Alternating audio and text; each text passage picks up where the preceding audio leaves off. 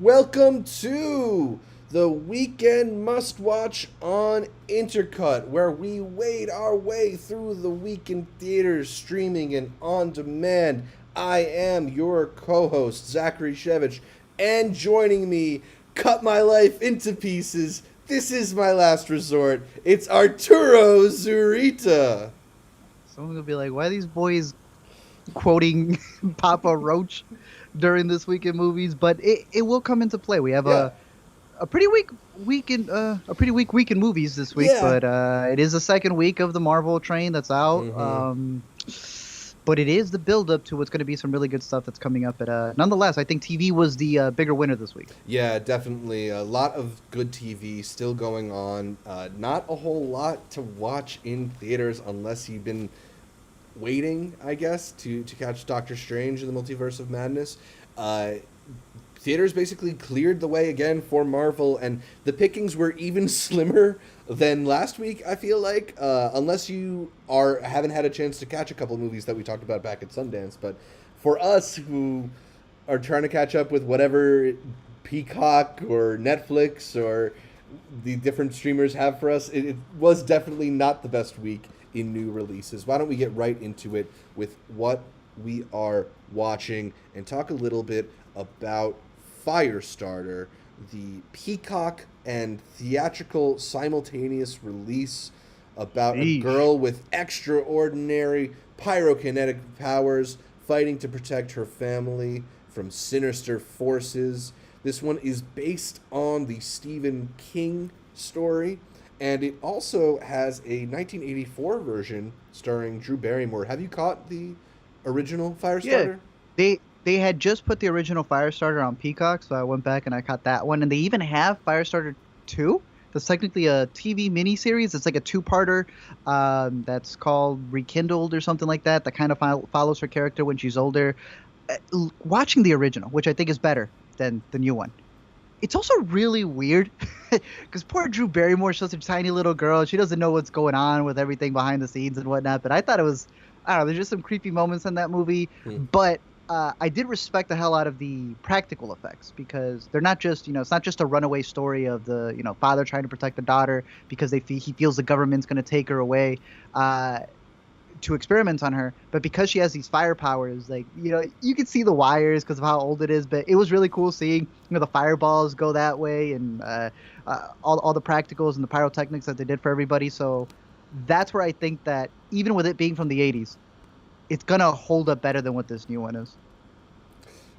So I'm wondering, especially since you caught the original, I didn't want to bother. Like, sometimes I will do the research if it's for a movie I'm excited about or I find interesting, but this one kind of seemed a little bit like it was dead on arrival anyway, so I didn't bother. But having seen the original, does it do a better job of balancing the tones? Because I felt like with this new one, they couldn't really figure out whether they wanted to be this kind of like action thriller. You mentioned the whole runaway angle that I think we've seen other films, like even like a Midnight Special kind of do a similar premise. Or does the other one lean more into the horror, which I don't think you get a whole lot of in Firestarter, except for kind of at the end. The story is completely chopped up to pieces. A lot of stuff are combined. The ending is really weird. What they do with the character of Rainbird, if you know who the one who's like hunting her down to begin with, and however that ends in this new one, which I found to be extremely dumb. Mm-hmm. That is not how it's played off in the original, and I don't even know how it's played off in the book. But there is a completely different relationship between the little girl's character and Rainbird's character. That just got completely chopped to bits. There is more of a cohesive tone in terms of seeing the experiments that were done on the parents. So you get to kind of see like, oh, this is where they met. There's this whole like shop aesthetic going on. This movie decides, why do you want to see the experiments? We'll have that play during like the title cards, and then they focus on like the new person who's in charge and that lady who's going around talking to the doctor, Mm-hmm. played by Rudd, which I did not find interesting. I don't know if you felt the same way, where it felt like they were trying to do some commentary. Look at me, I am the new woman who's taking in charge of this, and the guy's like, it's just this different person in the same suit. And I was like, yeah, but what are you saying about this? Because you guys have repeated this line 3 different times when this Yeah. woman appears, and it leads to nowhere. It also feels like a part 1. Do a little research. they want to make a spin-off, maybe a Of prequel, maybe a course. series covering all that stuff, and I'm You like, can't come leave that on, IP to rot on the dude. vine. If you can't even trust it to do well in theaters, that you got to put it on the same day as Peacock, I don't think it's going to do any better when it comes to sequels. I don't think the performances were great. The effects were okay. But yeah, the cast does not bring together a story that has you, one, invested in the characters, or two, actually feeling any thrills or excitement, in my opinion. I don't think it was terrible like a lot of people think it is, but sometimes it's worse than terrible. It's just bland. Yeah, I mean, I really kind of thought this was a misfire. I mean, it's not like Eh. it's not necessarily like the most offensively bad movie I've ever seen. It just kind of is such a half-cocked effort in so many ways. It feels like not really like they had an idea for what might be cool, and then they just sort of went with it and sort of, instead of actually trying to make it cool, instead of actually developing some kind of interesting dynamic between the father and daughter, or developing like an actual interesting government force trying to stop them. It was just kind of like, yeah, this, you've seen a movie like this, it'll feel right, and it just doesn't ever really hit the right balance between things. I thought Zac Efron is completely miscast here, like, not just because he's playing a dad, and I'm personally not ready to see Troy play a dad, but I You don't think, like him as daddy? I think he also is just sort of missing this kind of like gruff quality that might be that's better suited for something like this. Like, he doesn't authentically portray a guy whose entire life has been spent in hiding, being afraid to No. show who he is. You know what I mean? My man was nice and clean the entire runaway. Yeah. At no point did he not look not chiseled. Yeah, you did not feel the distress at all. Yeah, and I like Efron as an actor, but I just don't think this is what he's suited for, and it just doesn't ever really land. It doesn't ever really feel authentic. Shouts to Michael Grayus, who is showing up in a lot of places now. I feel like we've seen him all over in the past like 2 years, between Wild Indian, Rutherford Falls, Reservation Dogs. He's All great. here too. He's solid here, given like not a whole lot to do, but I am enjoying seeing him continue to get work. Well, that was a big push. They said he was the first Native American to play Rainbird, because in the original it was whoever played Patton, George C. Scott, I think, and then in the miniseries it was somebody else. So then they finally gave it to him, and then they just butchered the character. They got the representation, but they forgot the part where you got to represent for a good movie. Yeah, exactly. But too bad for Firestarter. Yeah, Inoki is asking how would you compare the child performances. Not always easy to step into the shoes of a legend like Drew Barrymore. But Ryan Kiera Armstrong, did you like her here? I thought it was kind of flat, to be honest. She is. She doesn't. They don't allow her to do much, but she's definitely playing more on that thriller aspect of like, am I going to go full crazy? Because they repeat that so many times. Is she going to be this Phoenix Force power? In the original, Drew Barrymore's playing on a bunch of different emotions. She's like, "Where's mom? Like, why are we running? Are you supposed to be doing that, Dad? Oh, is it cute to do this?" I'm telling you, there's this whole other point where she's just having like a sleepover party with, I don't want to get into spoilers, but with a character for like a chunk of the movie. So she gets to play with a lot more emotion. She gets to be a lot more adorable. Whereas here, they were kind of almost like treating her like a soldier, a very someone who may not be able to control her powers. And even then, it was kind of not that easy to get in sync with her. But if you're interested, I would recommend only watch these on streaming. And if you're already going to be on streaming, then just catch the first one to get the gist of the story. Yeah, so the first one in 1984 made, I think it was like a little over $4 million in its opening weekend of the box office. Not like a huge hit, but still more than this one made. This one only made like $3.5 million in its opening like weekend. $3. $3 and a quarter. So definitely not the kind of hit that would merit like tons of spin-offs and sequels the way that maybe Universal is hoping for. Yeah, a little bit of a non-starter, Firestarter, I guess. But we'll move on to a couple other theatrical releases that we have previously talked about on Intercut, although now hopefully more audiences have had a chance to see them. They are On the Count of Three, directed by Gerard Carmichael of Nathaniel Frame, and also starring Christopher Abbott, as well as Pleasure from Ninya Thyberg. These are both films that first were screened at Sundance 2020 finally are out in theaters. Art, you pointed out something to me before we started recording in that even though they're both films that look at that. are pretty strong in terms of their critic scores, audience scores are a bit lower, 89 to 55% on Pleasure, and for On the Count of Three, it's 84% for critics and only 70% for audiences. I wonder now that more people have hopefully had a chance to see these movies, why you think they might not be doing as well with regular audiences as they were with critics.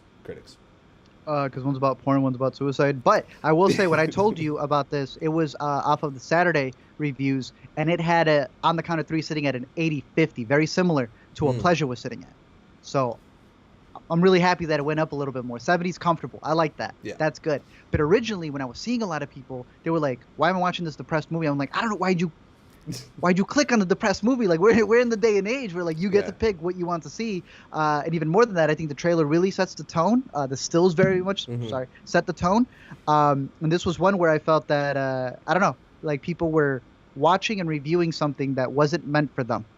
You know, I always have this idea of like people enter a sushi shop getting mad that they're not getting a burger, and that's a really weird way to review things.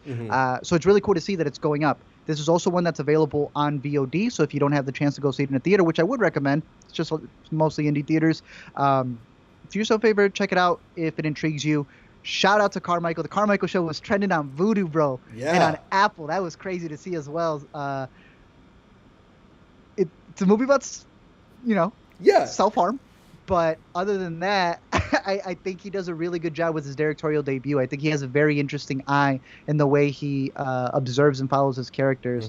So I would say definitely keep that one on your radar. For Pleasure, again, it is a movie about the porn industry. It is a movie that A24 picked up and said, can we clean it up? They said, absolutely not. Neon took it, ran with it being NC-17.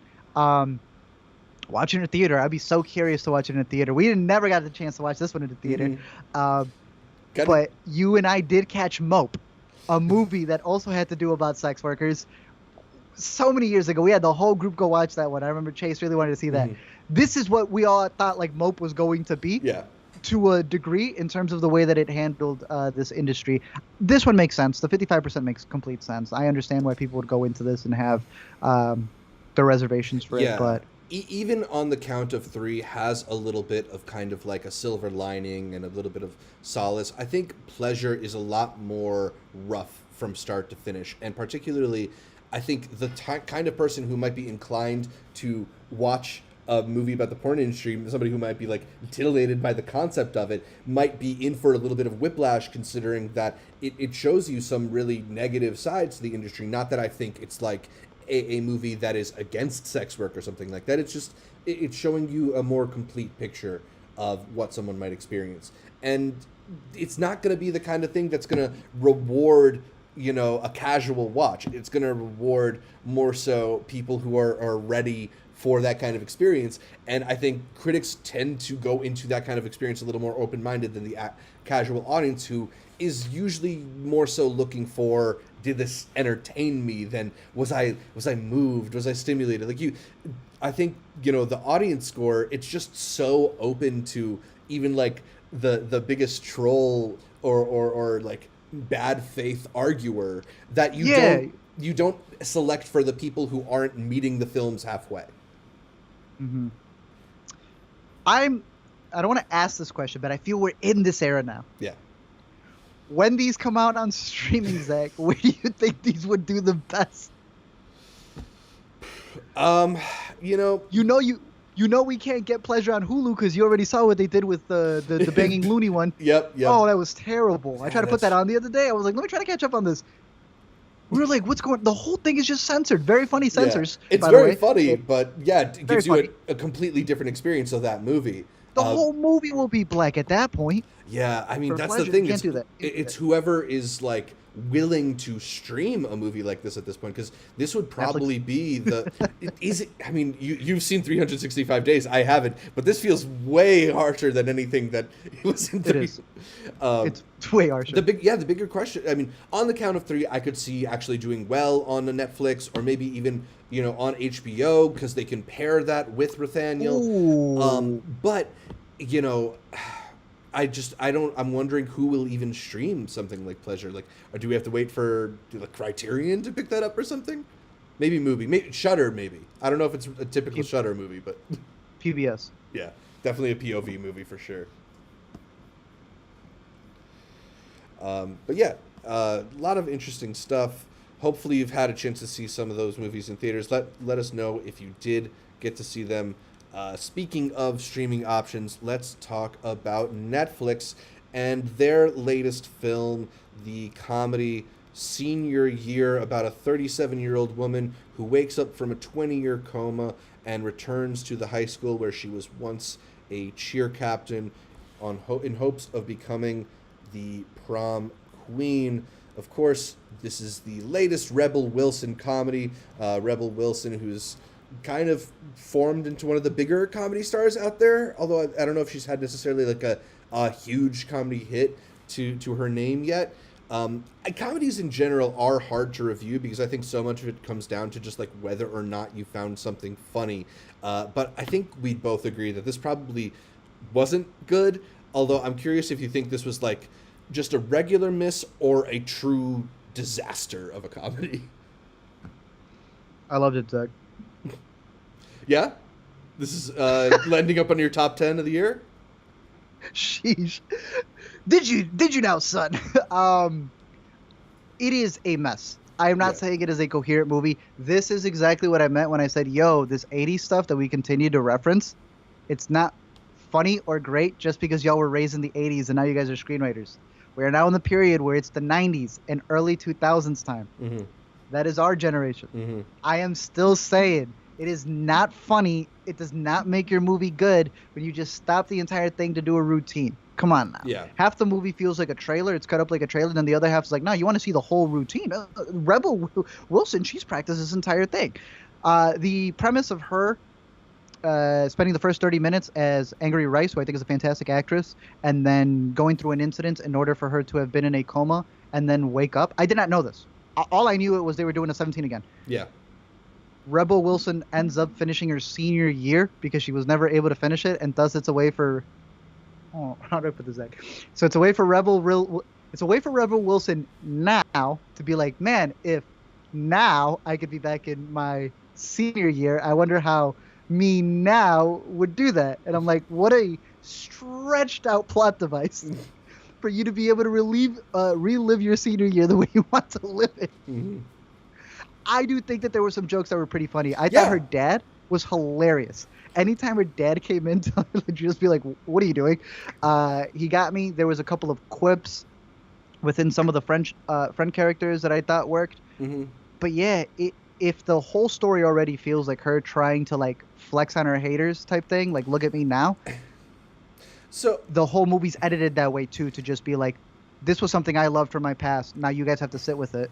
Yeah, for an entire sequence. Yeah, I mean, I think a lot of it relies on the nostalgia charm that is just a little bit thin. Like, yeah, it's nice to hear the songs that I haven't heard in like 15 years, but at a certain point, it's just like, okay, yeah, okay, I remember that too. And there's not like a plot that you care about supporting all of these references. Like you wanna actually be a little bit invested in the story. I think what ultimately my problem here is, and this is a problem that I maybe like would extend to Rebel Wilson, somebody who I don't want to like pick on because I think a lot of people are unnecessarily mean to her. But I do find like she's had this problem in a couple of her more recent films in that she kind of like tries too hard to do these likable characters when the funniest things she does are kind of unlikable bits. There's a little moment in when she's coming home from the hospital in this movie where they're telling her what words you can't say anymore because they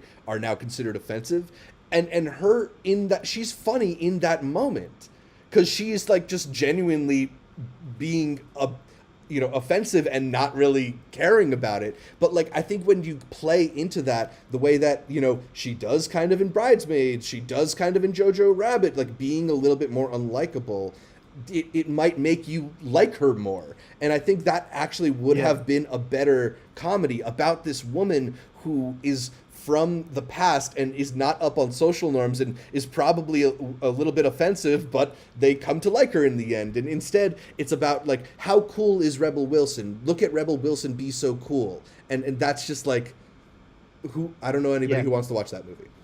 It's lame. It was too self-referential to all of her likes, and I felt that by the end of it, it doesn't come together, which sucks because I can't recommend the movie. But bro, that movie theater scene had me dying when they come to check up on them. Mm-hmm. And what's some faces? Because they were both just in the Apple show, where they're doing the whole like murder mystery thing. Yeah, Zoe Chow and I forget the guy's name. Is that Justin Hartley? No. Well, yeah, Justin Hartley, but I'm talking about who she's dating. Sam Richardson. Yeah. So they were both just playing off of each other because they were a couple in the other show. So to see them here, I'm like, damn, I know that they've got chemistry with each other. So I liked seeing their banter. I know that they have people who are able to riff off of each other well. And I kind of feel like we would have a lot of funnier jokes in the outtakes than what actually ended up fitting the narrative of the movie. Because these are people who I know can bring their A game to stuff, which is why I would only recommend it for certain sequences, but not for the whole thing as a whole. But hey, it's streaming, and it was Netflix's biggest release of the week. Yeah, a lot of people watched it, so I guess that works for Netflix. Whether or not people enjoyed it is a whole other issue. Did you like her last one? Isn't it Romantic, I think? I actually skipped that. It was like the last one she released in theaters. I actually skipped I'm curious that your thoughts on that one. Yeah, I should get around to it because it's an interesting premise, at least. Yeah. I don't know if you wanted to talk about Our Father at all. I mentioned it briefly last week. I know you got to catch a little bit of it. It is, in the top 10 movies of the past weekend for Netflix. So it's obviously getting watched a lot. I mean, my thoughts last week still stand in that it's obviously a really interesting story. And I think people who are looking for that kind of like true crime fix are going to eat this one up, as they have been. But I don't like how it's presented. I think it is exploitative in the way that it frames a lot of this stuff. And I also just really am bothered by these fictional recreations of traumatic events that try to fill in the gaps for you in a way that feels inauthentic and just gross to me, honestly. So I don't know. It's hard to review a documentary like this, I've been saying this about Netflix for the longest time, and that's when Ted came out and said, we don't make documentaries to be documentaries. We're making entertainment pieces. And that's how I judge every single Netflix show. Product, really. Yeah. When this came out, you know that you're just getting Netflix's take on this story to exploit. I think you're right. If you go over to HBO, they have a version called Baby God. I want to say this is a doc that's split into two. Yeah. Of a similar story that's still a different person. This is an industry. This is something that has happened to so many people, yeah. And there are so many different stories for it. And what sucks the most is that, like, all I see is Netflix producers going like, all right, where's our version of it? Can you go find the other doctor who did it? All right, good, get him. And now we have our version because some people haven't been on HBO, so they haven't seen Baby God, or they haven't seen the Hulu special. We have our version on Netflix. It's in the top 10. We're going to send you an email about it. Oh my gosh, isn't it crazy that these women were inseminated? Not as crazy as it was hitting #1 on the charts. I mean, look at the Abercrombie one. They trend for like a day and then disappear, which is a bigger issue for how they're releasing these types of stories, where it's really just a flash in the pan. It's just like a YouTube video writing on the trends of something that they can get an emotional reaction from people. And I guess, I don't know how you feel about if at least people are informed. Is it important? Maybe some people don't know about this, and this is their way to learn it. But I know that you, like me, are like, yeah, but that does not excuse the exploitation that they're doing by being able to have a story like this that can get them clicks. The other thing is that I just don't know how much people are really getting informed by something like this, right? Like, they're getting entertained in a weird way. Yeah, like how much more do you feel like you know than if you had just read the headline? Like I read these headlines when they came across on Twitter. It's like, oh yeah, this is a really awful thing, but now I know it exists in the world, and all I know now is that like it was traumatic for the people who I could have guessed it was traumatic for. I don't know. I definitely question the purpose of some of these ones. I mean, I think there's maybe a different angle to take in that talking about the ways in which certain institutions could allow things like this to happen, or you know, how you get around certain how you get around scrutiny. But I don't think these docs, or at least Our Father, I don't know about Baby God, but I don't think Our Father was really doing that. I think it was more beat by beat of how these people felt, which is like, I don't know, man. It's just not. I don't see the value in it. You recommend Delivery Man starring Vince Vaughn? Exactly. Might as well turn it into a fun comedy. I don't know, man.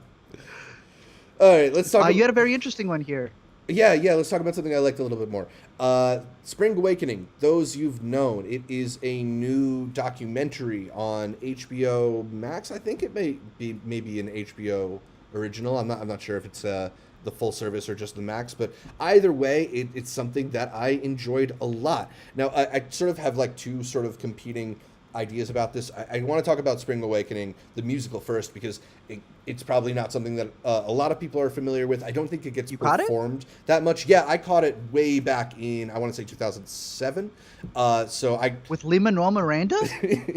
Exactly. And like, to be able to see Spring Awakening during that run after it won the Tony, it was really incredible. That's something that I'm really thankful the documentary touched on, but it was just kind of this weird phenomena at the time that had a lot of energy around it. And I was 16 at the time, going to see these 16, 17, 18, 19-year-olds on stage on Broadway singing about like teenage issues. It was just, it felt vital and alive in a way that I don't think a lot of Broadway feels, particularly because it also does this really cool thing of it takes a play from the 19th century and then marries it with contemporary rock music. So they have these boys dressed in like lederhosen and tight jackets, and then they'll pull out a microphone from their jacket and sing punk rock.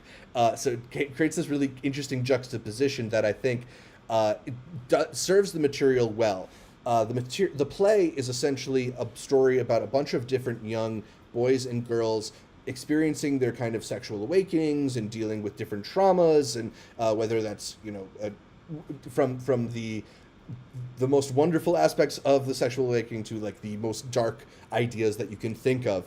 And you know, for while I really responded to it while I was younger, I think I kind of like put it at an arm's length as I grew older, because there's a certain like vulgarity and brashness to the music. There's songs titled things like we're fucked and My Junk in ways that feel a little bit juvenile. But in revisiting it now, I've all come back around on it, in that the directness of it just feels way more authentic to teenage emotions than most teenage stuff that I've seen. Yeah, it feels it has the anger and the intensity and the passion that a 16, 17-year-old would have in these moments. And in that way, it just feel, even though it's set like 2 centuries ago, it feels so contemporary in terms of the emotions it's trying to portray. So I've come back around on Spring Awakening as a musical. It makes me really want to go see it if there's ever like a revival of it. But just talking about this documentary, Spring Awakening, Those You've Known, I thought it was really cool in that they were able to, you know, blend what was a revival concert with behind the scenes footage, with just telling you a documentary about the production of the play and the different steps it went through and what it meant to people, right? Like it's somehow simultaneously a concert documentary and a historical retelling of these moments. I really loved that balance. I just want more, man. Like, I don't know why when they're sitting on all this footage, they just don't put some of it out. They have filmed performances from 2006 in high quality. Put those all out. They have this new filmed performance from last year. Put that all out too. I would watch the 9 hours if you gave it to me, but you're only giving me 2. It's not fair. Just give me the good content if you've got it. I don't understand it, especially after the success of Hamilton. I want more full filmed productions of Broadway plays. Yeah. It's not quite there, but it's enough of a taste that if you are looking for something like that, I think you will really enjoy Spring Awakening, Those You've Known, even if you weren't previously aware of the musical. I agree with you, man. I think that is one of the biggest gateways to get people into Broadway. I mean, nothing else. No other medium like a Broadway show costs as much to go to that you would need an ease of access thing. You know, people ain't going to be playing the lottery to go to these things. And I think a lot of recordings, or as a lot of people like to call them, slime tutorials on YouTube, for these plays are the best way for people to be able to catch a glimpse of them. So, yeah. And I hate when you know that it's recorded and it never gets released. Right? Just give it to me. It's there somewhere. Just people will pay for it. Yeah, there's some dude who the show must go on unless we're not making enough money out of it. There's some dude who has the cut on his hard drive, and if you get him drunk enough, he'll show you. But you got to figure out who that dude is because I don't know him. But unreal, awesome documentary, and not just because it has the story of Lea Michele showing her vulva to Jonathan Groff behind the scenes. All right, what else do we have? Interesting. Let's talk about some TV. Well, if I may, before we get into the TV, okay, because I've been holding these off for the longest time, but since you brought up a play, let me bring up a variation of some stuff that I was able to see. Yeah, let's do Arts Theater Court. In this week's Art Theater Court, we have two different plays. One that was playing, I want to say, was at the James N. Nederlander. It's still playing in several places because this is what won the Tony last year, if I'm not mistaken, for when Broadway took their big, break, and then they came back and they had their two-part show. Moulin Rouge took home a lot of different awards, and is still playing, I want to say, for a couple more weeks here in Chicago. I believe it's going to be touring. I did not get to see this with the main cast. The main cast was stacked. The main cast got the awards. But I still got to see a really cool performance for those who have never seen the original movie, the Baz Luhrmann movie. It is an adaptation of that film about this nightclub that is trying to get a new show in order to be able to keep the funds and not have it shut down. Mm-hmm. Very great production. Very expansive. Are you a fan of the Baz Luhrmann style of taking new music and setting it to an old time? Yeah, so I think the term is like jukebox musical. Which a great term. I think there are ways to do it well, such as in the Baz Luhrmann version of Moulin Rouge, and there's ways to do it bad, such as Rock of Ages. I like it in concept, but I've definitely seen it done poorly. It was pretty good in Moulin Rouge. It's one of Alina's favorite movies. Yeah, me too. I think the song selection that they've picked for the movies is very good. Well, Zach, I was unaware that they decided to add a couple more. So they keep some of the big ones, right? You're not going to get rid of everything. Yeah. But they threw in some ones that really caught me off guard, and I just laughed at Alina looking at me and goes, "Is this what it felt like for the original too?" I think it's dependent on the music. Yeah. It also did not help that the performances. I mean, it took them until halfway through. I don't know if they got an oil change in the back or something, but the first half was rough with them. Man, I was checking through this, I was looking for that extra slip. I was like, these ain't the mains, right?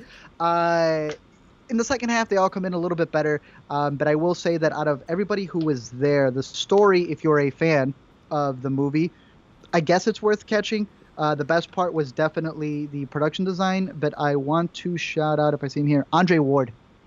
Killed it. Killed it. If you get the opportunity to see it with him in the cast, definitely go give it a watch. Awesome. Not better than the movie, though. Seagull. I got to go see Seagull at the Steppenwolf. You had a QR code, the playbill, which is kind of lame, but I guess environmentally friendly. This is the Anton Chekhov, adaptation that they did. I was very interested in this one because I went to go see Bug, which was also really good at the Steppenwolf, and that one had, why am I not seeing my man right here? Namir Smallwood. He was also in this, also fantastic.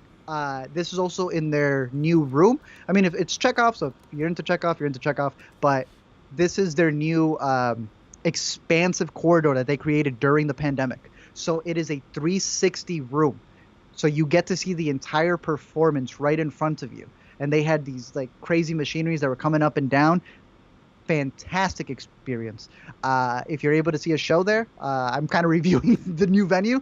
Definitely worth it. They have a whole bar up there, and the way that you enter, there's smoke, and it makes it feel so mystical because you're kind of walking around the outdoor corridor. It's almost like a coliseum, but not really because it's not that big. It feels like the the plays of old, when they were all surrounded and everyone got to see every single angle of the show. Cool. Obviously, Cool. it means that there's going to be some performances where you're going to get the back of somebody, but then you end up with like someone really close to you. And I thought it was a nice little space that they've got, and I'm very curious to see more shows there. Yeah, I mean, theaters that are designed like that, like you hope that they've been directed in a way where they're kind of dynamic and move a lot. So a good director is going to make it feel good from any angle, even if it is in a roundabout like that. And New York ones, bro. I remember when we were in New York. We didn't get to go to those. We stayed mostly on Broadway. But there was ones like, do you want to sit like right there where the tears fall in your face? I've never done. New York's got some weird stages, dude. I've never done it. Like there are certain plays. I think it was 1984 when they did that on stage with Olivia Wilde, where you literally could buy seats on the stage because they have like a studio audience for part of it. And I kind of wanted to try it. We didn't do it ultimately. I don't know. I'd be curious to hear from anybody who's bought. They did that for Network. Yes, they did that for Network. I was like, who are those people? And I'm like, we searched it up, and there were seats, so they were the audience for the Network. Yep. I was like, that's crazy, bro. It's so funny. Oh, all right. I like when they do that. Yeah. Let's get into TV, shall we? Because there's some really great TV. Particularly, I think we are both very excited about the return of HBO Max's half-hour comedy Hacks, the show created by Lucia Aniello, Paul Downs, and Jen Statsky, starring a couple favorites of ours, Gene Smart, and a new favorite, Hannah Einbender, who's so good here in what's her first acting performance, basically. She's too good, though. It's unreal. I mean, she is up against a legend like Gene Smart and really, really is holding her own, is very hilarious in these scenes. Hacks had a very fun first season in which Hannah Einbender's character is working as an assistant to Gene Smart's character, who has a Las Vegas residency, and season 2 sees them end the residency and going out on the road together. So they've ditched the Vegas setting and have contained themselves to a car for a lot of this. It also left off with a big cliffhanger in terms of a looming email that is threatening their relationship. Art, there's only 2 episodes of Hacks out so far. I'm assuming you caught them both because we are both very excited to watch as much of the show as we can. What did you think about the return of Hacks in season 2? Hey, there was a reason why it was one of our favorite shows of last year, not just one of our favorite comedies, not just something from the halfway point, something that made it all the way towards the end. I love the way that they're switching up the setting. You have to keep it fresh. You have to keep, things moving. And I love how they're handling the cliffhanger. Because a lot of times, you would be like, okay, we got a new season to wrap. So we got you all back here. We're going to resolve it. I love how they're just building it up more and more. They're not pushing it to the side. It kind of feels like they're pushing it to the side. It kind of feels like, oh, we'll answer it a little bit later. And it's just looming there and making it stronger and bigger. And it's very overbearing. And it changes their entire dynamic. I am very excited to see what locations they're going to be going to, how the comedy reflects that, especially because one of the things that I liked from season 1 was when she sat down and saw all of Jean's performances. So now to be able to go to those places and what history would come from that, something that really intrigues me. But they're all killing it. Yeah. This other storyline that they've got going on too, back at the office, is so out of pocket because it's the assistant who doesn't know how to be an assistant. You know what I'm talking about? Yeah. I forget. I don't know what her name is, what the actress's name is. Meg Stalter, I think, is playing Paul Downs' assistant on this show. They're so funny, that dynamic between the two of them. So I like the balance that they've got going in there. The only person who I think needs a little bit more screen time is resolving. I want to say it was her manager. Marcus, the guy who ends right? up breaking up with he had because there was a whole fallout with the boyfriend because he's always choosing work. I want to see more of his character because I thought he had a really good performance in season 1, and they've only teased a little bit of his emotional arc, and I think he deserves more episodes. Maybe even a whole. Kind of had a dedicated one in first, but a whole dedicated episode in 2 would be dope to see. Yeah, he's been a little bit pushed to the side, but I think that is mostly them setting things up for this second season, right? they kind of have to deal with the lingering issues from the first season and put them on the road, and then maybe they'll figure out stuff. But I agree with you. I think Marcus is such an interesting character. I really like it's Carl Clement Hopkins, I think the actor's name is. I think he's so delightful on the show that I'm hoping they find ways to keep him very involved. But I'm very excited to see where this is going to go, because I think there are easier paths could have given themselves in order to make things very easy between the characters, or like come to clean, quick resolutions. And rather than just sort of like pull a Band-Aid, they're kind of like inching the Band-Aid off in a way, if that makes sense. They're making it worse. They're leaving lingering tensions that are gonna build and crescendo, I think, throughout the season. So it's a whole big punchline. Yeah, it's great. It's just gonna be more and more humor as we get along. But yeah, their dynamic is just so fun. I think the show is really good at going to kind of harsh places, but keeping the characters empathetic and likable. It's a very fun show. It's very good. Yeah, man, I'm just very happy it's back. It's just easy to watch and good TV. Easily my recommendation of the week. But the only question I have, Zach, is what is the difference between an HBO Max and an HBO original series? If Hacks is so good, Emmy-winning, gets a recommendation, and that's a Max, but I thought the HBO original was supposed to be the good one, and the HBO original this week is The Time Traveler's Wife. Yeah, Time Traveler's Wife, it's the latest HBO original, based on the... Is it a series? I think it's a series of books. Much beloved. I think it was books. I know the movie. Love the movie. Yeah, the 2009 movie with Eric Bana and Rachel McAdams, I think a lot of people remember. I feel a little... Yep. I mean, I felt like it was a little quick to turn it around, but they're turning everything around quick now. So yeah, what do you think about this latest iteration of The Time Traveler's Wife, starring Rose Leslie and Theo James? We've only had one episode debut publicly, but we got screeners. I don't know how far you've made it into those screeners. I've been able to see almost half of it. Cool. Like I said, if Rachel McAdams is in a time-traveling movie, like About Time or Time Traveler's Wife, or I guess even multiverse jumping in this most recent stuff, I'm there. In retrospect, it's a weird story, Zach, because this is the romance arc of two people where one of them just so happens to be a time traveler but does not have the ability to control it. So said person, since they were young, has been time traveling to different moments without clothes, but has also established a relationship with another woman maybe before they even were to ever meet. It creates a very interesting paradox in its storytelling, because you're able to jump around to different moments as you follow him and you also follow her. So it's not really told narratively, definitely not chronologically, but it's told almost through like an event. What was the big moment where he realized that he can give himself advice? What was the big moment where he realized that they were going to be together? When did she realize it? And that's where, in retrospect, you look back at it, you're like, well, how young did he meet this woman?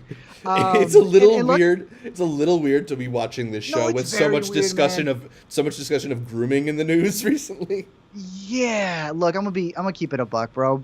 I love the original movie. Yeah. The show, because it takes its time to flesh out a lot of things. I don't know how far you saw, bro, but there is a lot of stuff between his own story arc where he got to know himself very well that I was not expecting to see. But I will say these two have a decent amount of chemistry with each other, more so her than him. I think he's cool. I don't mind Theo.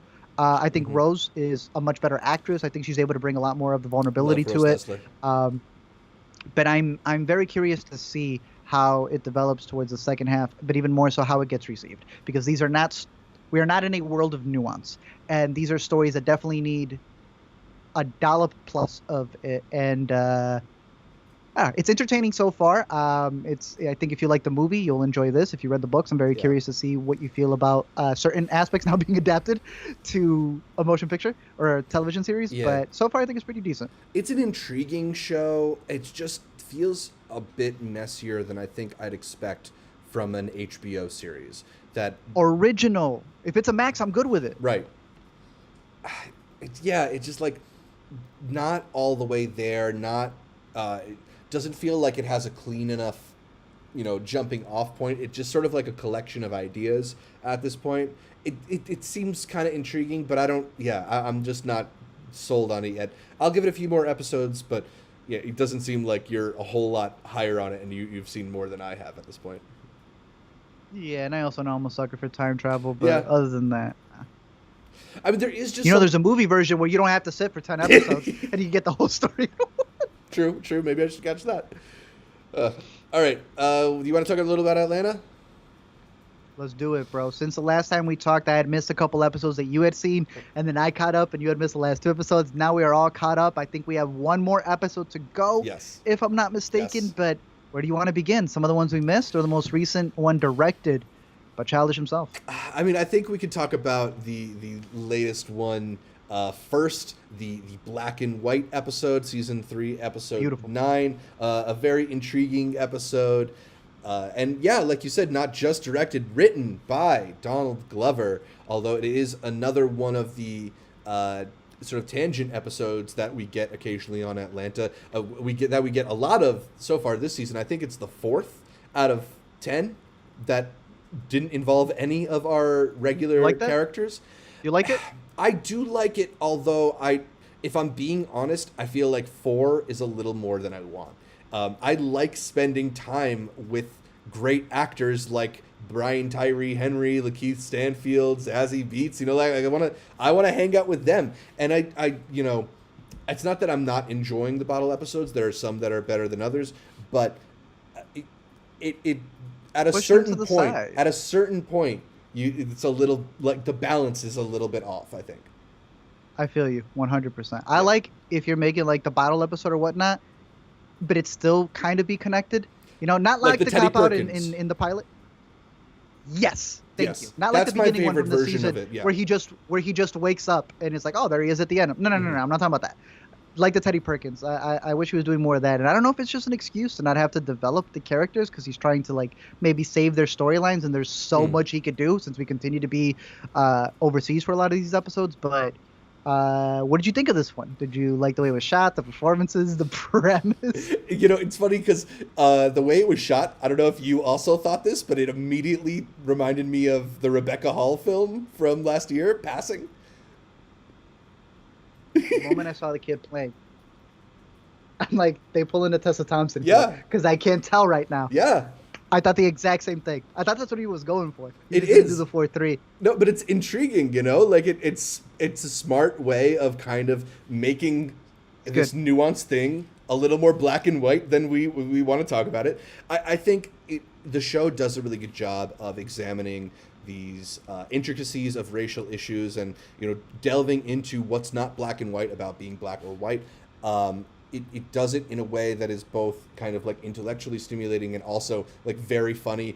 We talked before we started streaming about the little self-reference that they do on this week in referencing the prices on the can One of our bit. favorites. One of our favorites. So there's just a lot of stuff like that I really like. I wonder if this one, maybe they spell it out a little bit too much by the end. There's that whole talk that he has with the Nigerian kid outside of the school that I kind of feel like is the stuff that you're supposed to infer and not usually the stuff that Atlanta puts in the text. But I still found it to be a very intriguing episode and like beautifully assembled. I am very interested in the way he's been able to get a lot of these cameos. Specifically, I don't want to spoil them because I think that's also part of the fun in going into these episodes. Yeah. But this one has a certain cameo that was definitely a big deal with recent events. Yeah, it's also like a cameo that I don't know if everybody is going to register as a cameo. But for sure. But definitely, the other ones, yes, a lot of sure. the people who watch Atlanta would probably understand what that cameo is. Should. Last week, Zach, was one that I was very interested in you catching for a little one that takes place in a bar. Talk about that one. Yeah, so that last week it was like the drug trips episode of Atlanta. This one was a little bit more like what I like when Atlanta goes off the course, because like this had very little of Earn, very little of Lakeith's character. It was you just want no Earn. No, but I'm with you. I'm with you too. I like Paperboy. Like I want Yeah. to see Paperboy and Lakeith, maybe even Zazie before I care about Ern. To be honest with you. Well, I kind of like Ern when he shows up in sort of these little supporting roles, like the final scene between you. him and He's Paperboy. yes. It was excellent. But With the question, very good. But yeah, this was another intriguing episode in terms of like I like when it feels like you're going down a rabbit hole, and when you know, Atlanta is a kind of show where you can round a corner and walk into a completely different type of show, and this is a great example of that kind of episode. Whether it's like being chased by those crazy fans in what was like a oddly terrifying sequence. I really love that one small moment where the woman in the red light district takes the picture of him rather than the other way around, which is what it normally is. But then, yeah, he has this whole exchange with this new character. I forget the actress's name, but I know she's on Pose. And it was cool to also see a kind of different dynamic than I think what Atlanta normally does, like really sort of questioning Paperboy as the artist, as the businessman, like why do you have your family close? I don't know. Explored some really interesting issues that I think, you know, are in the culture a lot right now. But then, of course, it gets to this final kind of moment in the club where we have probably the biggest cameo of the season so far. I was curious. We talked a little bit about it last week, but you didn't want to spoil it for me. So I guess without spoiling who it is, what was your reaction to it? So I was spoiled. That's why I didn't want to spoil you. So I saw the entire thing online. Someone just decided to put it like a transcript. It was like, you know, in Doctor Strange, we got this cameo, this cameo, this cameo. They did one of that for Atlanta. I was not expecting that. So I have a different reaction to it because I knew he was going to be there at that bar. Okay. I knew the name of the bar, which is a Okay. big thing that they really focus on. And between this, the one that was in the newest episode, and then the one that we see, as I pull this up right here just to make sure, Trini to the Bone. I think this was the most, I guess just like, this one made the biggest statement, I guess. I feel they're all making statements, but I feel like this one literally is a proclamation from the cameo about what they feel. Right. In the most abrupt way after already being as abrupt as they were, I guess. And I found it really fascinating because it's also a discussion that Paperboy's having with him. I want to talk about the themes, but I feel like that kind of do you feel talking about like the discussion that they're having? They're sort of talking about cancellation and cancel culture in general, and like what happens to. Can you be redeemed? Yeah, what happens to these people after they do something bad, which has been a recurring theme on the season of Atlanta. The episode White Fashion touches on it a lot, and here we get it again in another crazy episode. Yeah, and I think what's interesting in that, like, in a way, this is just sort of like a provocation from Donald Glover. He's kind of saying, like, well, what are we going to do now that this happened, right? Like, this exists. Yeah. This guy is here. Are you gonna yell at him, or are you gonna sit down and have a drink? Like, I think it's an interesting question to ask ourselves as we sort of live in a world where people's past indiscretions are so readily available. And there are people who will continue to exist in the culture. They'll be at the bar whether or not you invited them to the bar, and like what to do with them now that they're there. Like, are you supposed to engage with them? Are they not learning from their past indiscretions by being allowed to continue on in the way they are? I just think it asks a lot of intriguing questions without necessarily giving you the answer. And to me, I think I enjoy when art is willing to be a little bit messy like that. And that's definitely what I got with the appearance at the funeral scene in the previous episode to this, Trini to the Bone. Yes. This reminded me a lot of an upcoming movie from Sundance that won the big prize, Nanny, as an episodic almost form of that. And there is a specific cameo here that is kind of contrasted to the kid, because there is obviously a white family who lives in New York whose babysitter has just passed, and that babysitter was from Trinidad, if I'm not mistaken. Yes. And because of that, a lot of the language and mannerisms have been passed on to the kid. And the way they comment on that from the kid compared to the cameo, especially when this person was in a lot of things last week, A lot of nature I found it versus very nurture going fascinating. on. I found it very fascinating, yeah. And again, I feel kind of piggybacks off of that same discussion that you're having. What do you do with these people who have uh, kind of blended things? Have they done a wrong? Because a lot of these people don't even think that they have done anything wrong to Hmm. begin with. So how do you remedy something when you don't even see it as a problem? Right, because like increasingly we are dealing with things that are not not being litigated within the criminal justice system, and oftentimes cannot be. Definitely not. How do you Should they? even, yeah, and should they even be? I And don't think. Yeah. like, so then whose job is it to hold these people to task, or are they just sort of part of our culture now? I don't know. I found it to be fascinating. I found it to be very funny too, which is, I guess, Atlanta's first job, so it succeeded in that. So from this, I know that you were not as hot on season 3 when we got halfway through. Rounding into Yeah. this second half of the season, we still haven't seen episode 10. Where do you feel on season 3 of Atlanta right now? Um, we're missing one last one, and that's white fashion. That was the one that I was missing when I had said, "Oh, it's feeling okay. I'm making my judgments right now. We're like halfway through." White fashion may be one of my favorite episodes of Atlanta. So going from there, and then having the side episodes of Treating to the Bone, and then the new one, um, but white fashion and new jazz.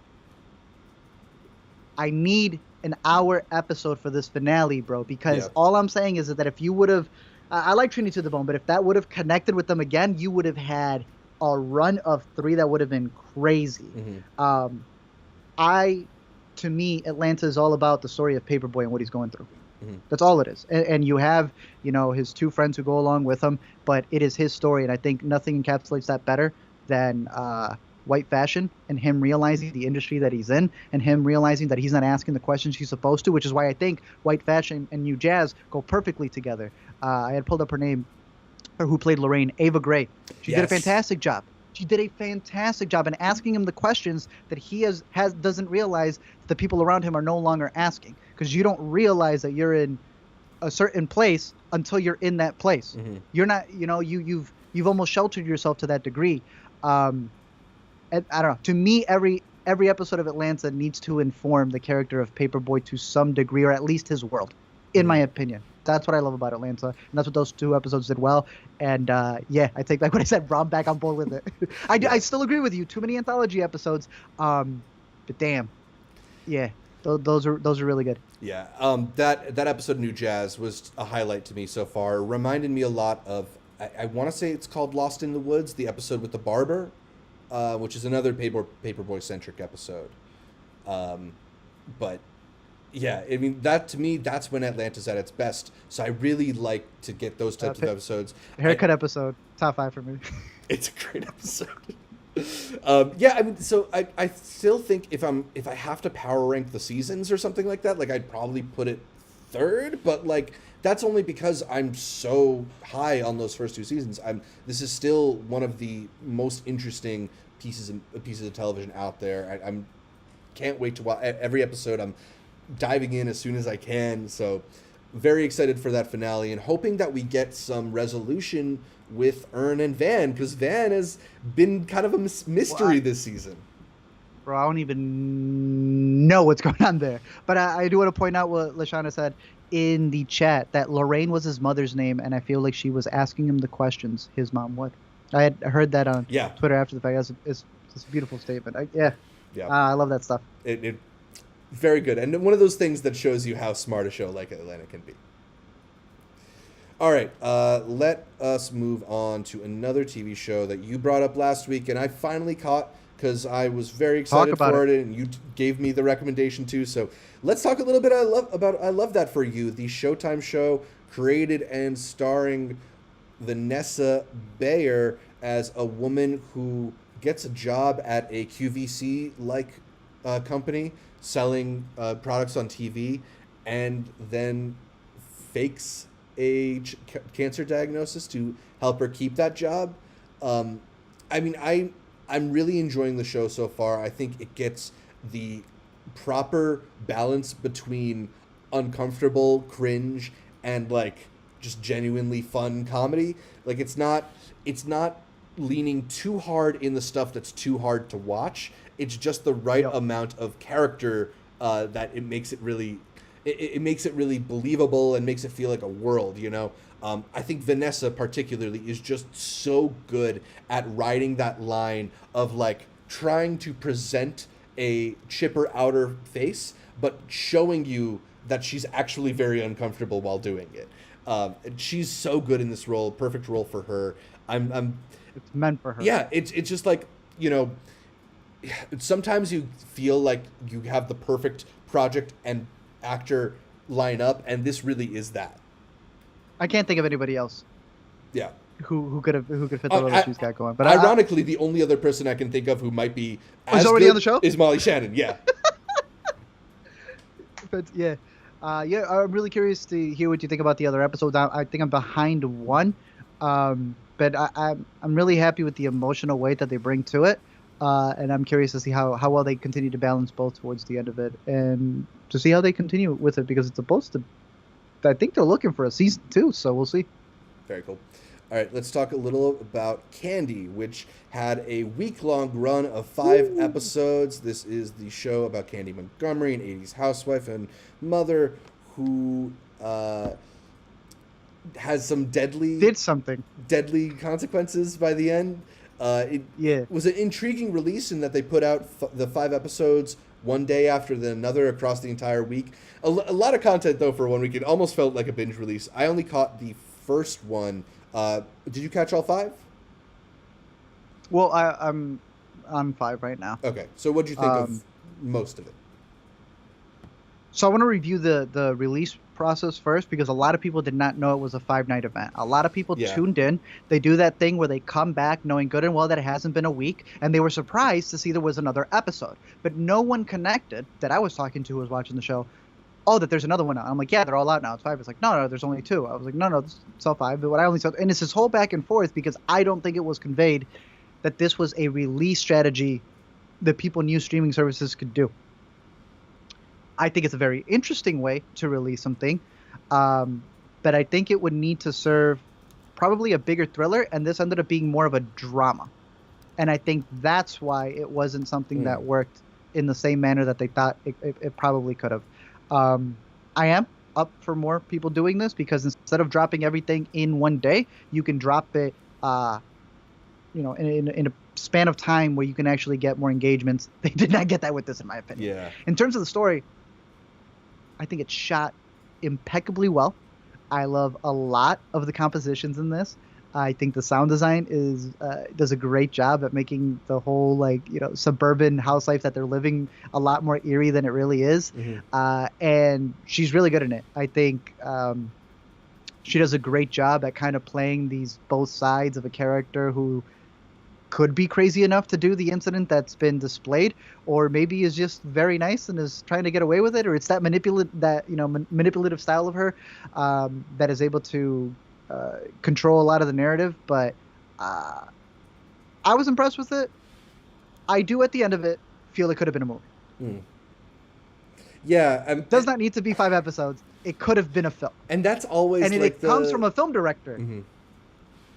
That's always the quandary with these limited series, is that maybe they'd be a little bit more effective if they cut out some of the fat and got to the point, right? I feel like a lot of times you're watching this stuff and it's a little like, okay, are we gonna get to it? I know what's coming. You're foreshadowing it like crazy. Oh, they take episodes, and that's my only thing. Again, I wouldn't mind having that version of the movie, and then later on, Quentin Tarantino put out a mini-series version of all the deleted scenes and comes it back together. That's cool. That's what the streaming era should be for. But for its initial release, it did feel more bloated as a mini-series as opposed to what would have been a very, cohesive 2.5-hour movie that could have then split its parts there. Because like I said, it is more of a drama, and in this episodic way, they're trying to play it more like a thriller, when we're not really playing a guessing game. We're just trying to figure out what did we not know about the relationship yet. But yeah, overall, I would recommend it. I think for the horror fans, or I don't want to call it horror already, for the true crime people, that's out there. Because I don't know if you noticed this with the first episode, it tells you based off real events, and then it ends and it goes, all right, we kind of lying. It's not completely. Alina laughs at it every single time because it is kind of like we don't really know what was happening with them, but it makes good content, right? Tune in tomorrow. Yeah. It is kind of interesting. It's only weird in that sense. It is kind of interesting that we are also getting the HBO Max version of this later this year, starring Elizabeth Olsen. For real? Yeah, I'm putting it up on the screen right now. They already released some photos of her as Candy Montgomery, so we'll have competing Candy Montgomery miniseries in 2022. What? Yeah, I mean, that's the thing, man. IP, it's all IP. Gotta get to it first. Yikes! Thanks for Pink Sweets in the live stream for pointing that out. Who makes this money, bro? Who makes this? There's some podcasts out there, I'm sure, that got adapted. Podcast. Yeah, we need to start talking about some true crime. Zach, did I tell you about? I'm not even gonna mention anything. The crime that happened in my neighborhood. Let's make the podcast. Yeah, of course. We'll sell it. We'll sell it to Peacock for a limited series. Unreal.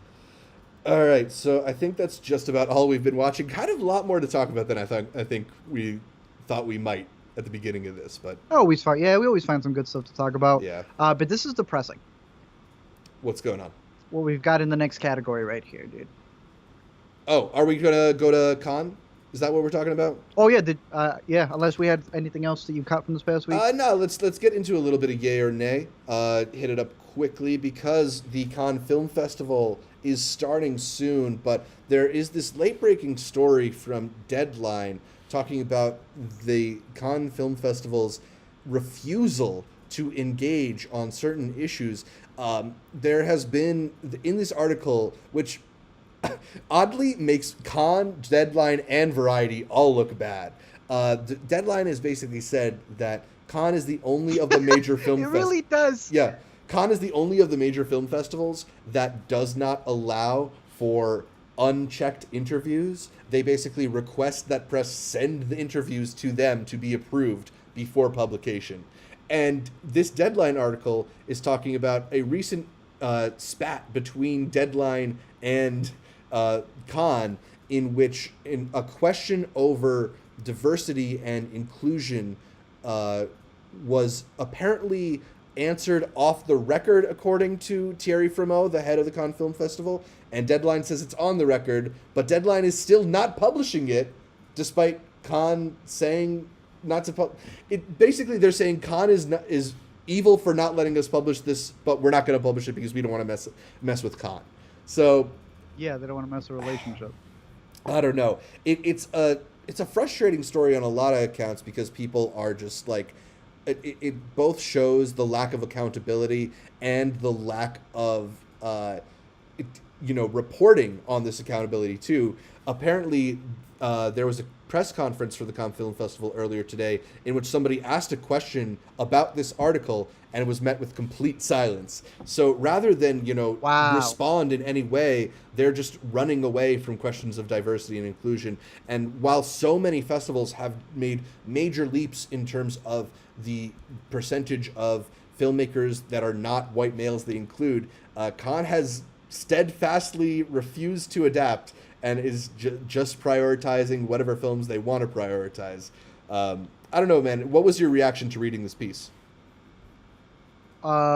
Several, but that was from another news outlet, if I'm not mistaken, about the diversity.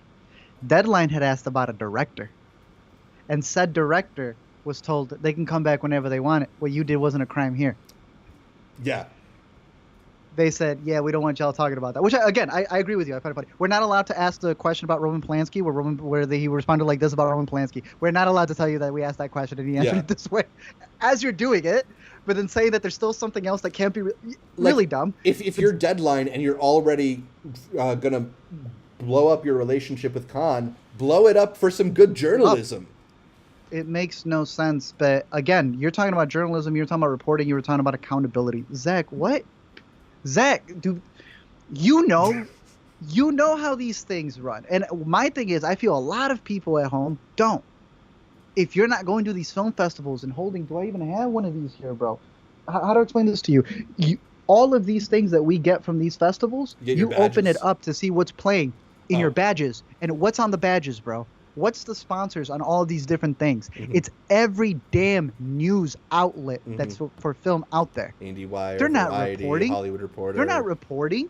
These are sponsorships. Mhm. They're not worried about the truth or anything else. They're worried about making sure that they have that hub for next year. That on Main Street, that at Cannes, whatever it is, that you're there, that they're securing the artists that or filmmakers or interviews or whatever else.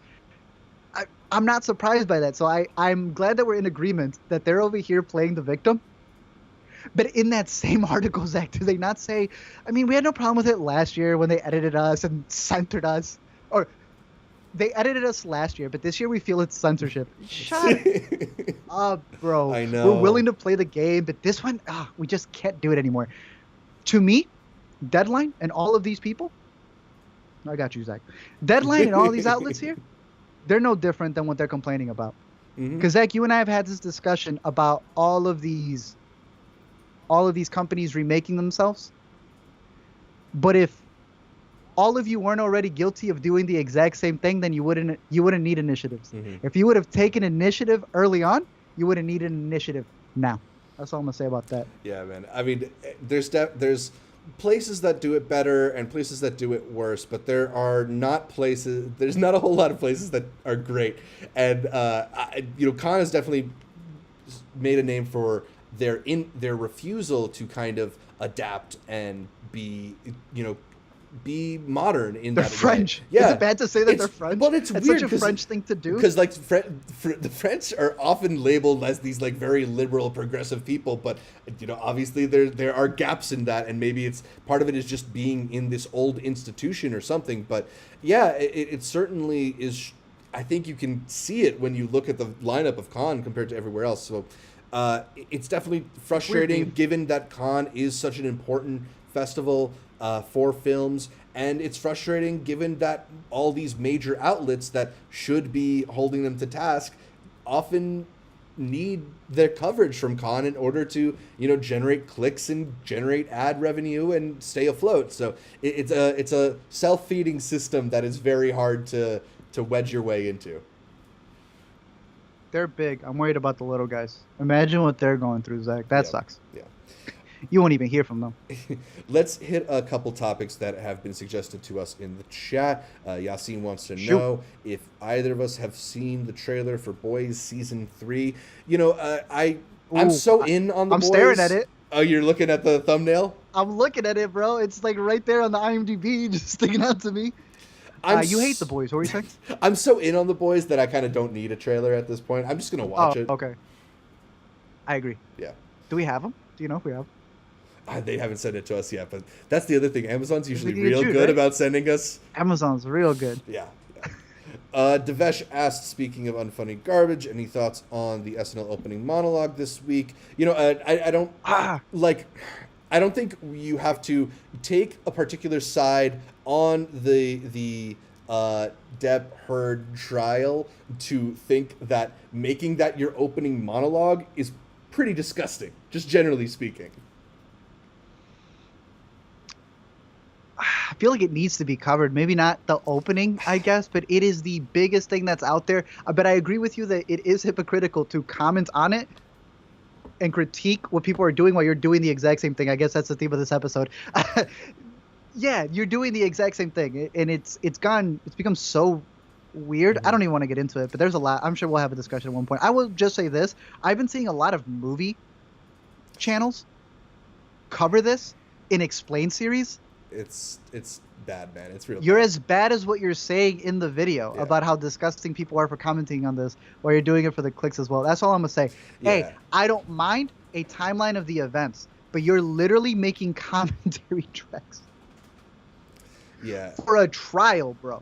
Yeah. Think about that. It's gross, and I hope more people sort of like take a second to think about what you're actually like commenting on or like involving. I don't know, like, is this really the kind of thing that you want to turn into SNL fodder?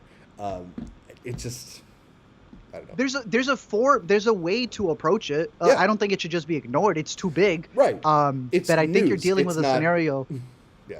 Yeah, you're dealing with a scenario where like both of them are crazy, bro. Like, I know people want to pick sides, and this is like some Jacob versus freaking, uh, what's it called? Some Twilight, like it's some versus thing, which is Team really Edward, weird to Team me. I'm like, Jacob. yes, they are both psychotic. They are both psychotic. I grew up loving Johnny as well, bro. Man's not Yeah. as innocent either, but that is not the way that we deal with things in today's era. Yeah. Have you seen though that one video of the guy who did the testimony and he took a big hit while he was driving the car as he Skyped in? I didn't.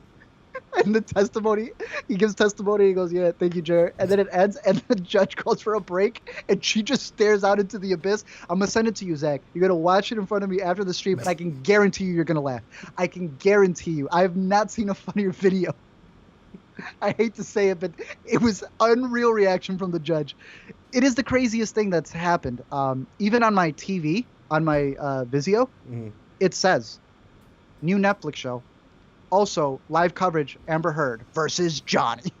It's unreal. And like, I get it's this huge thing and people are interested, but I think at a certain point, certain people need to like, we don't have to involve ourselves in this. Like, this doesn't have to be our thing too. I don't know. I agree, bro.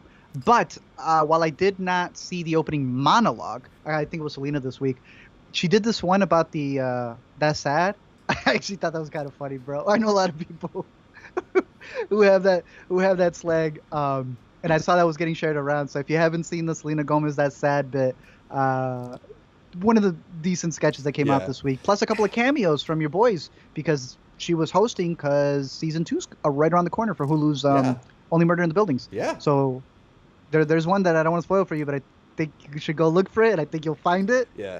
And you should watch it. I don't know how often you watch SNL. I try to, although I've found this season to be like depends who's on. Pretty bad. I mean, there's sketches here and there, but I've found this season a little hard to watch.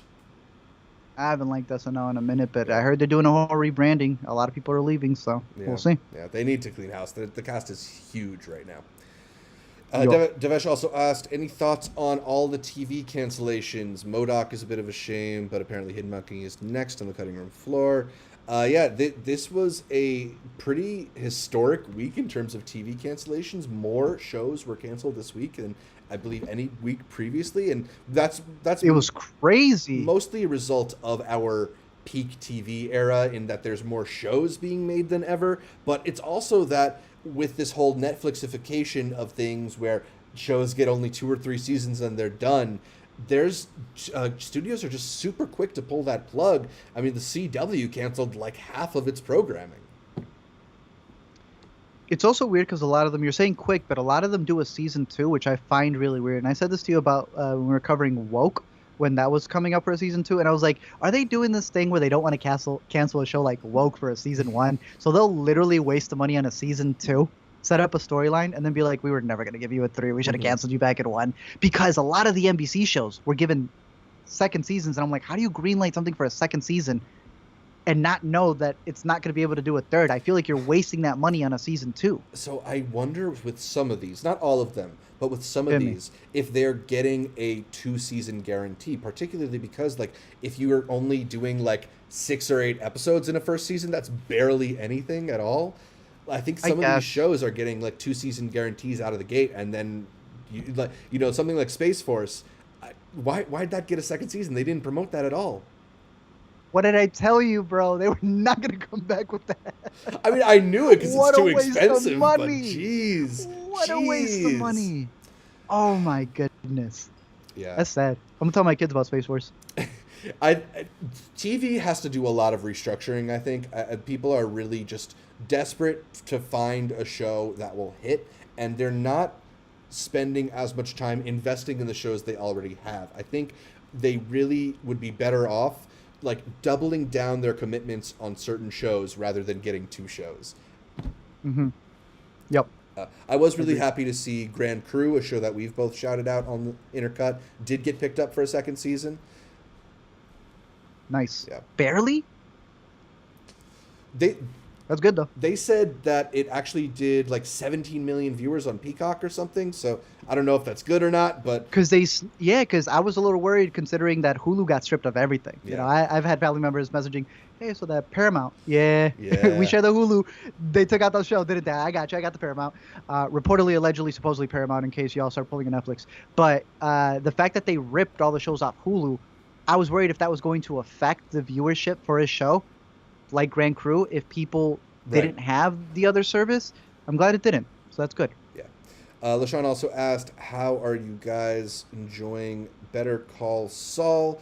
Yeah, I'm up to date on this one. I don't think you are. It's great. You know, they're just some of the best craftsmen in TV. The way that they're able to pace the show and create certain sequences where they do this thing better than any other people on TV, where they'll show you something and it's intriguing but mysterious, and then you see a little bit more of the process, and then you figure out, oh, that's why they're doing that, and then you figure out how it integrates into the plot. It's just a really cool trick that they pull out of the bag every now and then. That's always fun to watch.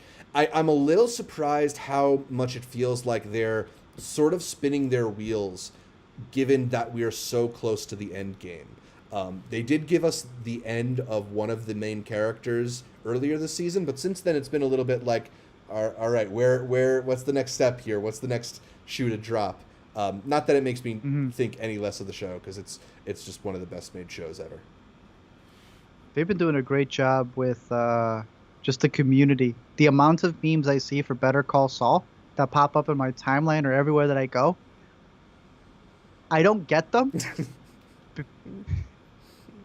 But they're putting, you know what I mean? Like, Glad the there worst thing you exists. can get is a show that's doesn't have that talk out there, but they are making like such niche things, and people are dying in the comments, and I'm like, one day I'll understand what this joke means. But like, they're getting views, and that shows you that it's a successful show. All right, so why don't we wrap this up with some of the new to see and talk about what is coming out over the next week. And again, we have a pretty light week, not a whole lot right now as we gear up for summer movie season. The Human Rights Film Festival kicks off in London and New York this week. Features a couple films that we've talked about that were Sundance selections, including The Janes and the award winner Midwives, that I think we both liked quite a bit. So if you are in New York or in London, maybe keep your eyes out for that festival. Might be some really interesting Is there a line? stuff there. I don't know if there's an online I mean, like, is there a line for the Human Rights Film Festival? Do you get a VIP? It's like everybody else at the Human Rights Film Festival? I don't know. Maybe they have Or different is tiers. everyone That I think it's about collectivism. So I would But be. yeah, you should not have different tiers. Yeah. Actually, At the it looks Human like Rights Film they do have Festival. online, so you might not even have to travel to Alright. New York or London to do that one. Beautiful. That's Also what I'm talking out on May 20th for Disney Plus, Chip and Dale Rescue Rangers. What's up? It is the reboot-ish comeback, whatever you want to call it, of the furry Disney creatures that are not Alvin and the Chipmunks. I had to make that distinction for Caitlin earlier. But it's kind of an intriguing idea here in that they're Who Framed Roger Rabbiting Chip and Dale. They're sort of retconning the whole TV show as like an acting gig that they had back in the day. I like it. I think it's really creative, and to be honest, like, this is the kind of approach to animated characters that I've been craving since Roger Rabbit. Like, I kind of want like a Hollywood backlot world, but with animated characters. I'm very excited to catch this because they sent us the screener, but you already caught it. We're not supposed to do the full review, but give me your like tweet length review of Chip and Dale. We finally have something that breaks the fourth wall in a way that we haven't seen in a while, which is such a beautiful breath of fresh air to see. And there's some really great jokes, considering you have the Lonely Island trio, if I'm not mistaken, behind this in directing and even in some voices. But then it still suffers from some, like, literally being a corporate product that's on Disney Plus, sadly. I wish it went over that hump. So, like, I really like it. Almost really loved it, but I highly recommend it. Yeah, I mean, March 20th or May 20th? Yeah, May 20th. I'm obviously not a big like cameos guy, but even in just a little bit that I caught, there was a cameo that I was very, very surprised and happy by. Where? One of the very first CGI creations we see. Is he sitting across from him? Yeah.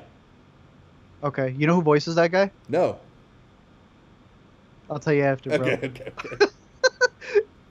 Also out on May 20th, Downton Abbey, A New Era, directed by Simon Curtis. It is a dawn of the new beginning for Downton Abbey. Have you ever seen an episode of Downton Abbey? I'm thinking of going to go see this new one after not seeing like the 60 episodes of the previous movie, and then just like going and pretend like I know these people, and then just make a video on that. I have not seen a single episode, bro. I did not have time. It's between Bob's Burgers and Downton Abbey for me to rewatch, and I chose Bob. Yeah, I'm too far back at this point, and it just never seemed like my thing. But I'm glad people who like that will have a new one. Something that I do like though is Duel, which is finally making its way to VOD on May 20th. So the latest from Riley Stearns, with Karen Gillan, Aaron Paul, and the boy Theo James, the time traveler himself, not the wife, all going to be available for rent. I would recommend it. I think you're a little more mixed on it. You would recommend The Art of Self-Defense, his previous film. But yeah, a fun one from Sundance. It's at a place where I think you should check it out. And it may be up on a streaming service soon, so even if you wanted to wait, I don't think it'll take that much longer. He's been really online. Have you seen him? I think he's very good on Twitter. He's up there with Dylan. Dylan O'Brien. They've been really good on Twitter. Yeah. When this man said, you'll be able to stream it, everyone, on your AMC Plus app, I'm like, you have like a really good level of comedy that I wanted to see more in Duel of, because you hit that in The Art of Self-Defense, man. He's been really great online. Also out this weekend in theaters is Emergency, the Sundance film directed by Carey Williams that I think Yumi and Amanda were big fans of, one of the first films that we caught there, about a group of students who must weigh the pros and cons of calling the police after a passed out teenager appears in their living room. I think, there's a lot of ways in which this film could have gone worse. It could have been a little bit more of like a message movie. It could have felt a little bit like an after-school special in terms of the ways that it deals with racial issues and the ideas of feeling safe with police.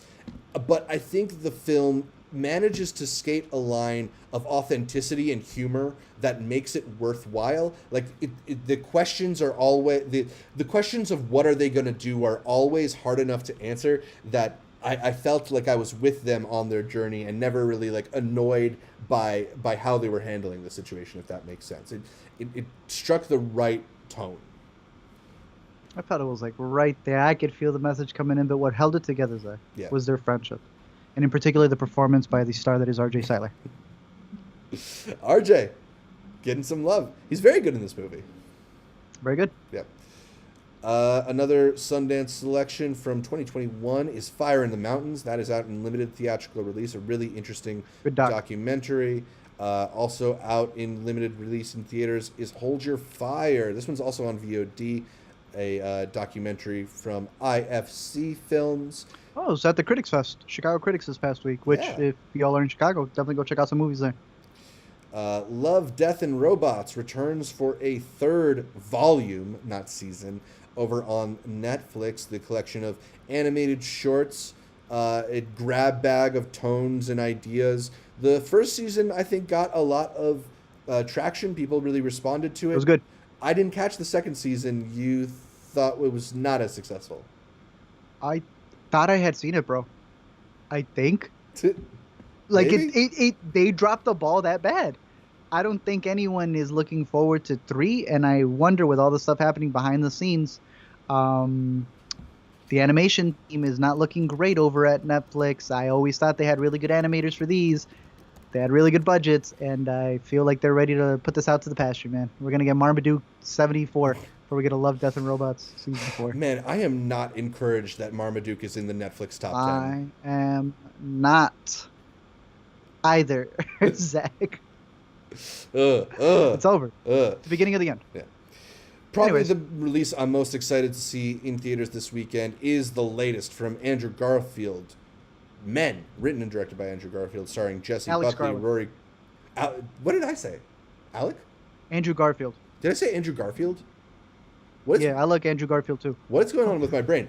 The latest from Alex Garland, written and directed by 28 Days Later, Annihilation, and Deus or Ex Machina writer, Ex Machina. Devs, and Ex Machina writer Alex Garland. The boy. I know who I'm talking about. Starring Jesse Buckley and Rory Kinnear, as well as Papa The S. second Spider-Man.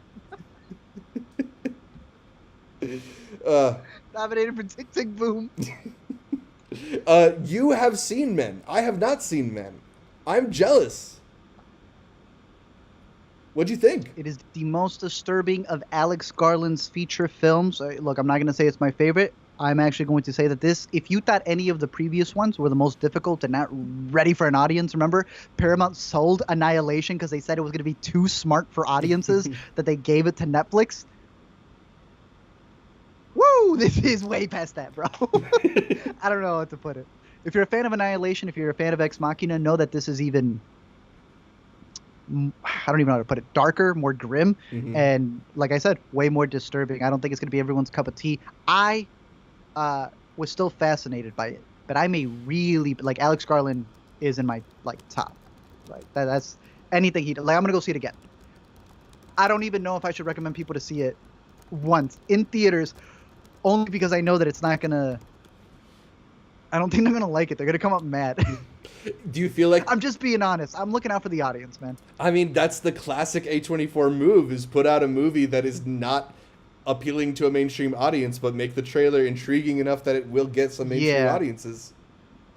Hey, always give a movie a try. I'm never not one to do that, but I'm also one who realizes how much tickets are out there, and I want y'all to catch it probably at home, so you give it the benefit of the doubt. Because if you're going out to see this in the theater, and then you're gonna really end up hating it and not giving it the time of day. But I'm ready to watch it again and dissect it more and more because again, I love what this man does. Yeah. But it's probably not as effective as the way he was able to deliver the themes in his previous films. Yeah, I'm still really intrigued by this one, especially with Jesse Buckley at the center of it. I have high hopes, so I will be catching this one. Rory as Kinnear soon as... is really good. Yeah. But so is Rory Kinnear. But he's not as good as Rory Kinnear. I'm sure I will understand that when I see Men. Also out on May 20th is Night Sky. This is a new TV show coming to Amazon Prime Video, starring J.K. Simmons and Sissy Spacek. Did you know anything about this one? Yes, we have all of the screeners, I believe, on our app store. But it's, again, one of those, like the Outer Range, right? That Prime also has, where they're giving it to us in like 720p quality, where these are 4K shows, man. It seems pretty interesting. It's a couple who finds call it an alien craft or something, and they're kind of hiding it. And then their neighbors realize, yo, what you got over there? And they now feel that they're the harbingers of this thing and they need to protect it. I find it really interesting. I'm excited to start watching this one. Yeah, I just haven't had the time yet. Very cool. And then over on Hulu is The Valet, a new film starring Eugenio Derbez and Samara Weaving, about a movie star who enlists her valet to pose as her lover. Art, you have a relationship, let's call it, with Eugenio Derbez as an on-screen performer. Eugenio, bro. Yeah, man. I love to hate him. I hate to love him, I guess you could call it. Hey, I mean, that's probably one of the biggest voices we got out of Mexico. And I know he started his own company and everything. I don't know if this falls under that one as well. But the stuff he comes up with, bro. I'm always surprised the actresses he's able to get. Because when I saw the premise, I was like, this is right up his alley. But then I saw Samara Weaving, and I was like, how does he do it, bro? How does he do it? Yeah, he plays the valet. She plays... practically Samara Weaving. He is listed as a producer. I'm in a way. Maybe it is his company. No. Again, that's my thing about him. Is that he has the moves he's been making, Zach. It's akin to Tyler Perry. Yeah. The moves Tyler Perry has made are commendable to a degree where you should be listening and paying attention to the way that he owns everything that he does. Excellent film businessman. I just wish what they owned was better. I don't know. Yeah. I hear that for sure. All right, so that is out. What is out in theaters and on streaming this week? Art, what are your picks for the week? For this week, other than recommending y'all to catch the first Top Gun movie before that new Top Gun film comes out, Let's go. Let's um, go. yeah, I just want to let y'all know Top Gun is streaming in three different places: Prime, Netflix, and Paramount. So no Netflix's, excuses. yeah, it expires right at the end of this month. But here's the problem: two of them are in HD, whereas only one is in 4K, and that's the one on Paramount. We saw half of the movie. I go and I switch to Paramount. Gotta Night get and that day, 4K. Zach. It's not even close. Yeah. Hacks would probably be the main thing that I would recommend if you're at home streaming. But the last thing that I would give a recommendation to stream or to buy or to get the LP, that Vito, and drop it there and give it a listen. It's something that I'm waiting for music videos to be released for every single track. I had my brother over and it was 11 p.m. for us over here waiting for that song, for the album to drop from the new Kendrick Lamar. And then it just glitched, bro. It wasn't appearing on Spotify. It wasn't appearing on Apple Music. And I'm connected to the Sonos speakers. And then my brother's like, "Oh snap, I got it here." But then he couldn't connect to the Sonos. We were almost about to have a heart attack. Mm-hmm. I love it. This is storytelling at its finest. There are so many songs in here that I still felt were bangers, but I don't feel like a lot of people are gonna get that like damn reaction, because like damn begins with DNA. Yeah. You know, you got humble on that, Yeah. and I think a lot of people ride with those songs and they're like, "Oh yeah." You probably have like one, in Duckworth, Yeah. where you're really getting into storytelling, and this one's like, nah. Every couple of songs we're gonna do a storytelling song, but I appreciated that. I think the song with like Taylor Page, where they're going back and We forth Cry with each Together. other, very reminiscent of Kim by M, Mm-hmm. is a song that is not just showcasing like relationships in the rawest form, and how, at any label that you would want, any adjective that you want to talk about. But in terms of their performance together on that track, I want to see a video for this. I want to see a video for a bunch of these songs. Mm-hmm. Now that he has PG Lang, I feel like he will be making something for everything. I feel like that's his new vision. He doesn't have to wait for the label or the studio to tell him, we don't have the budget for this. He's running the whole thing. And I felt like this was I'm trying to see. It's a very storytelling type of album. Yeah. You're sitting with this 100% for the lyrics, and it's a very emotional album more than it is a bangers type album. Yeah, So I think this is an album that really benefits from getting to sit with it, getting to ruminate on it, getting to let the songs wash over you and work their way through you, and like revisit them again in a week and hear something new, right? Like, I don't think this is like Damn, in that you can hear Humble one time and be like, I'm going to just like nod my head aggressively at that song for the rest of my life. And there is like a certain pleasure in the bumpability of a lot of those songs on Damn, and just how easy it is to revisit those jams. I don't think that Mr. Morale and the Big Steppers is as easy of an album to get into, and it's not an album that I know I'm not as sure if I will revisit it as much as some of my like favorite Kendrick stuff, but it does the stuff that I really respect and admire about Kendrick to the nth degree, right? Like, he is a top level storyteller through his lyricism. He is it's a storybook for him. He's a top level in terms of the ways he is able to create something that is thematically challenging and like heartening, while being, something that you have to actually bring an intellectual capacity to, right? Like, I don't think any of these songs are meant to be listened to and for you to have like a clear idea of how you should feel about them. I think he wants this. It's not a Future album. Yeah. He wants this to be a little bit messier, and I think he's intentionally taking up some types of positions and some types of phrasing that maybe could feel regressive, but it's done in the purpose of serving a character, because that's what you're getting from these stories, is lots of characters. So I don't know. I think there's a lot to take in. I was saying to you before that I think this is more like a To Pimp a Butterfly-esque album. Maybe right 100%. now I would say it's like my least favorite of the Kendrick albums, but only because I love his stuff so much. But it's also that it's new, and I haven't had a chance to like really grow into a lot of this stuff though. But to circle back again, man, Taylor Page, unreal. Like I love that she gets to that place I with her saw voice it. where her voice cracks. Yeah. And, oh. Nah, dude, that was like, that's a production. That's a performance on a track. Like that goes beyond just being a song. Nah, I thought that there was a lot of incredible stuff on there. I agree with you. I feel like there is the storytelling side of him that's very much, it's all sprinkled throughout in different albums. But if you're a big fan of To Pimp a Butterfly, this is going to be right up your alley. If you're more of I want to say Damn or Section 80, even Good Kid, Mad City. I think Good Kid, Mad City had the perfect combination of what he's been able to do with all these albums in one.